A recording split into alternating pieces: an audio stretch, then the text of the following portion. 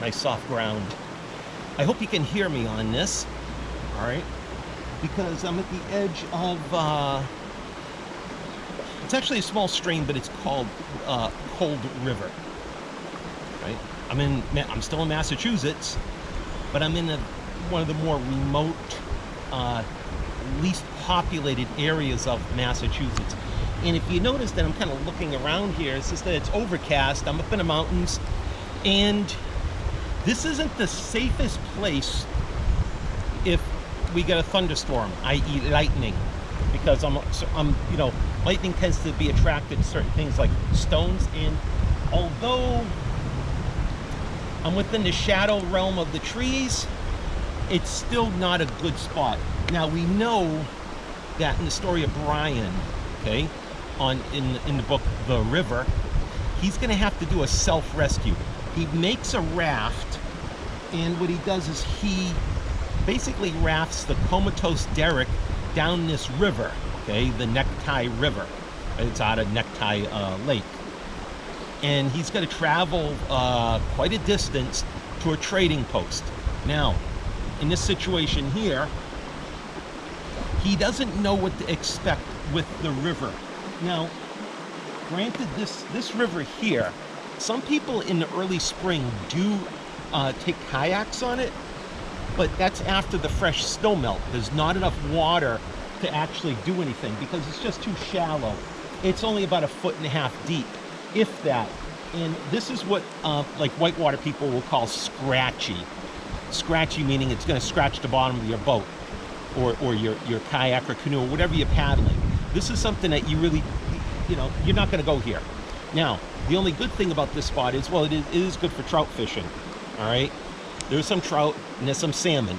And in this particular spot, state of Massachusetts wants to make sure that those fish are preserved, so it's what is called catch and release only. When you catch the fish, you have to throw it back in the river. If not, it's like a $200-something fine. And yeah, the wardens do patrol it now and then. So, and you look at the big picture, it's for the better of the species. We just can't keep taking and taking and taking. All right, and I know for some people it's hard to understand, but it's just resources are limited in the world. Okay, so anyways, if this river was a little bit bigger, this is what you could consider to be quick water, maybe even slightly class 1.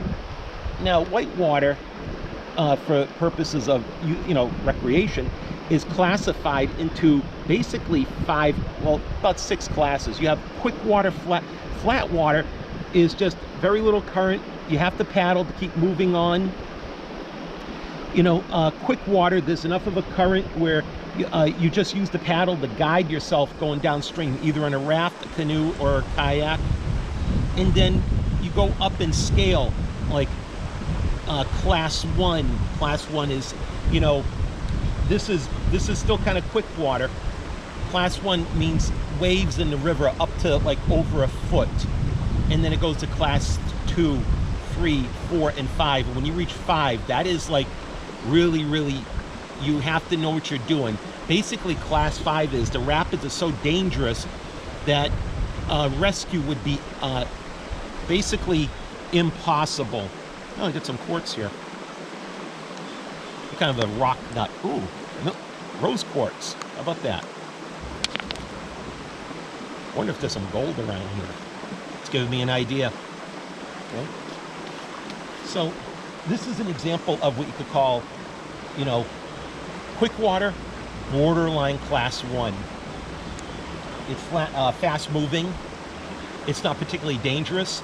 You just have to use the paddles to kind of guide you down the river. Okay.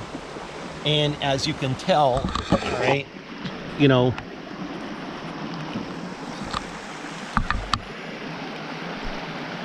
we are in kind of a remote area. All right.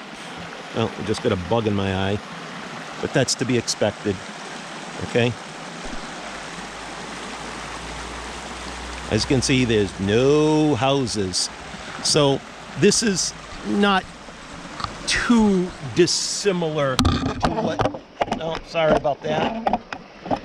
Okay, this is not too dissimilar to what our character Brian and other character Derek would be in. Although the river's much bigger and they're able to raft down it. There's also another issue too. He really doesn't know what's on that river. He doesn't know if it's going to be smooth sailing or they're going to be obstacles. And what I'm going to attempt to do, this is the first part of this little video here, I'm going to attempt to show you different types of obstacles on moving water. Okay? Anyways, I'm going to pack it up and we're going to move on to part 2.